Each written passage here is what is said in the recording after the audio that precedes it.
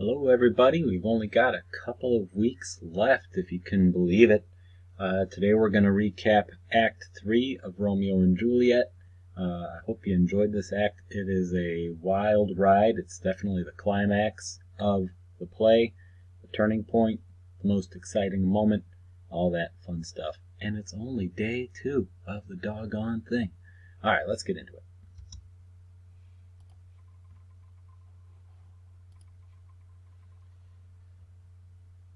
So, in the beginning of Act 3, Scene 1, it's a hot day. And so because it's a hot day, Benvolio is kind of worried. He tells Mercutio as they're walking about that they should find their way inside. It's hot. The Capulets are out. He doesn't want any kind of brawl to break out. But then, of course, they bump into Tybalt, who is looking for Romeo at the time. And then Romeo happens along. So there's a little bit of back and forth here. Again, keep time in the back of your mind. It is only day 2.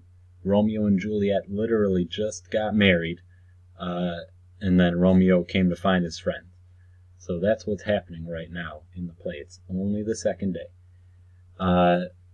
Romeo's response to Tybalt when he is insulted, when he's called a villain, which is apparently a cruel term to use, Romeo's response is very strange to everybody, because he says, "Tybalt, the reason that I have to love thee doth much excuse the appertaining rage to such a greeting. Villain am I none, therefore farewell, I see thou knowest me not." And he kind of goes on this way after Tybalt tries to push him a little further. So it's very strange to everybody. They think Romeo's kind of being a coward. But we know, because it's dramatic irony, we know that Romeo just married Tybalt's cousin, Juliet. So he doesn't want to fight the guy, and in fact he loves him because he's now family. So it's all pretty convoluted. But Tybalt doesn't know any of this. And so, thinking that Romeo is just being a coward, Mercutio fights Tybalt in his place, and Romeo tries to break them up. While Romeo is trying to break them up, Tybalt stabs Mercutio under Romeo's arm, and then he runs away. As Mercutio is dying, he curses both households, saying, "A plague of both your houses."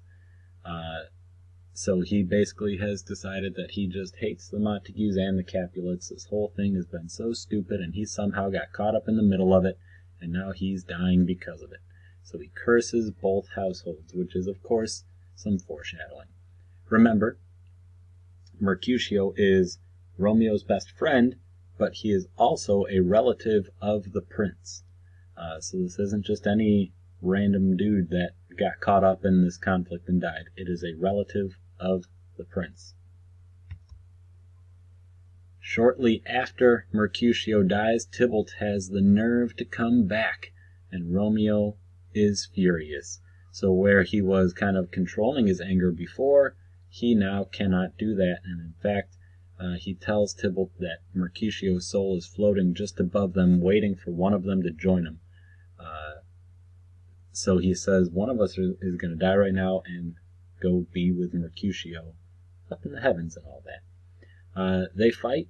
Romeo pretty instantly kills Tybalt, which is probably surprising. We didn't really get the impression of Romeo as a great swordsman up until this point. But he must be, because Tybalt is supposed to be the best of everybody. So Romeo conquers. Tybalt dies. Benvolio tells Romeo, "Get out of here. The prince is on his way. You're going to be in huge trouble," because, the punishment is supposed to be death. Romeo shouts out that he is fortune's fool, or fate's plaything. So he just feels like destiny and fate is messing with him at this point. It was his destiny to meet Juliet in his mind, his destiny to fall in love with her, his destiny to marry her, but now his destiny has led him to killing her cousin, which is generally frowned upon in a marriage. Scene 1 ends with Benvolio explaining what happened to the prince, and of course Lady Capulet and the Capulets in general accuse Benvolio of lying, because the story makes Romeo look good and Mercutio look good, and it makes Tybalt look bad. So everybody assumes that Benvolio, who is a Montague, must be lying to make the Capulets look bad. The prince, however, hands out a punishment banishing Romeo from Verona. He can no longer live in Verona. He has to leave. If he's seen in Verona again, then he will be put to death. So he gives him this punishment instead of death because Tybalt killed Mercutio and Romeo killed Tybalt. So ultimately what Romeo did was fulfill what the law would have done anyways. So he's punished, but not quite as harshly. In scene 2, this is the night of day 2 in the play. Juliet is waiting for Romeo's arrival. They're supposed to spend their wedding night together. She's been looking forward to this all day long, but instead the nurse arrives and she tells Juliet everything that happened. So Juliet is torn. At first she's angry with Romeo for killing her cousin, but then she kind of works through all of it and realizes, she knows Tybalt well. She's grown up with this guy. She knows that Tybalt has a temper and is violent and all that kind of stuff. So she kind of puts it together that if Romeo hadn't killed Tybalt, Tybalt would have killed Romeo, and that would have been worse. So ultimately she forgives Romeo, and she sends the nurse to find him.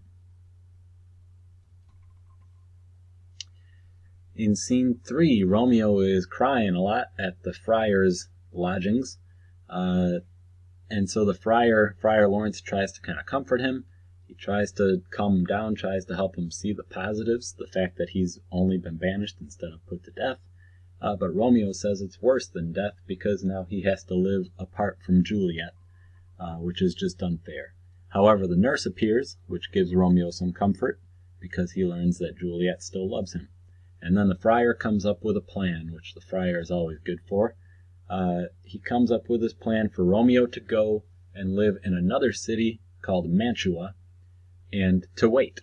And after a while, when things have kind of settled down a bit, then Friar Lawrence will announce that Romeo and Juliet have actually been married. He will beg for forgiveness from the prince and from the families, and then Romeo will be allowed to come back and everybody will understand every mix-up that just happened. So that is Friar Lawrence's plan, and it's a pretty good plan. However, that will take some time for all of this to boil over, and in scene 4, that pretty much automatically gets mixed up. So scene 4, Capulet and Paris are talking, and they arrange a marriage for Thursday.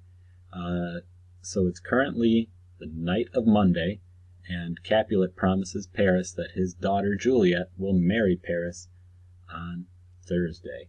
So again, Friar Lawrence just had that plan. It was a pretty good plan, but now it's all kind of thrown off because they're going to have to figure something out within 2 days. And so scene 5 begins with Romeo and Juliet waking up together. They had spent their wedding night together, and that puts us now on day 3 of the play. They can't talk for too long. Romeo has to kind of hurry off before he can be seen by any guards. There is a little bit of an interesting back and forth with them, though, where Romeo is actually kind of the encouraging one, and he tells her that he is sure that they will see each other again. So Romeo is kind of maturing, perhaps, a bit. However, right after Romeo leaves, Lady Capulet enters the room, and she's there to tell Juliet some good news in her mind, that Paris is going to be marrying her on Thursday. So remember, now it's the morning of Tuesday, and Juliet has just been told she's going to get married to some guy she doesn't like in 2 days, when she in fact just actually got married to the man she loves yesterday. So that news is not taken well, and Lady Capulet doesn't take Juliet's refusal well, and then Capulet really doesn't take it well. In fact, he's very cruel, and basically threatens to disown her if she doesn't marry Paris, as he has commanded. And so Act 3 ends with Juliet being kind of cornered here. She feels like she's running out of options, and so she can't talk to her mother, can't talk to her father, or even the nurse, because even the nurse says basically forget Romeo. He might as well be dead at this point. And so she says that she's going to go to the friar and see if he can come up with a plan. But she does warn that if all else fail, myself have power to die. So if the friar can't help her, kind of her last course of action is to take her own life. She feels like that's the thing that she can control. So everything is kind of barreling towards tragedy at this point. And we'll have to wait until later this week to find out where things go. Alright, I hope you enjoyed Act 3. Hope you're enjoying the play so far. This week you're going to read Act 4, and then next week Act 5. They're both pretty short. So enjoy the ending to Romeo and Juliet. Hope you guys have a great week.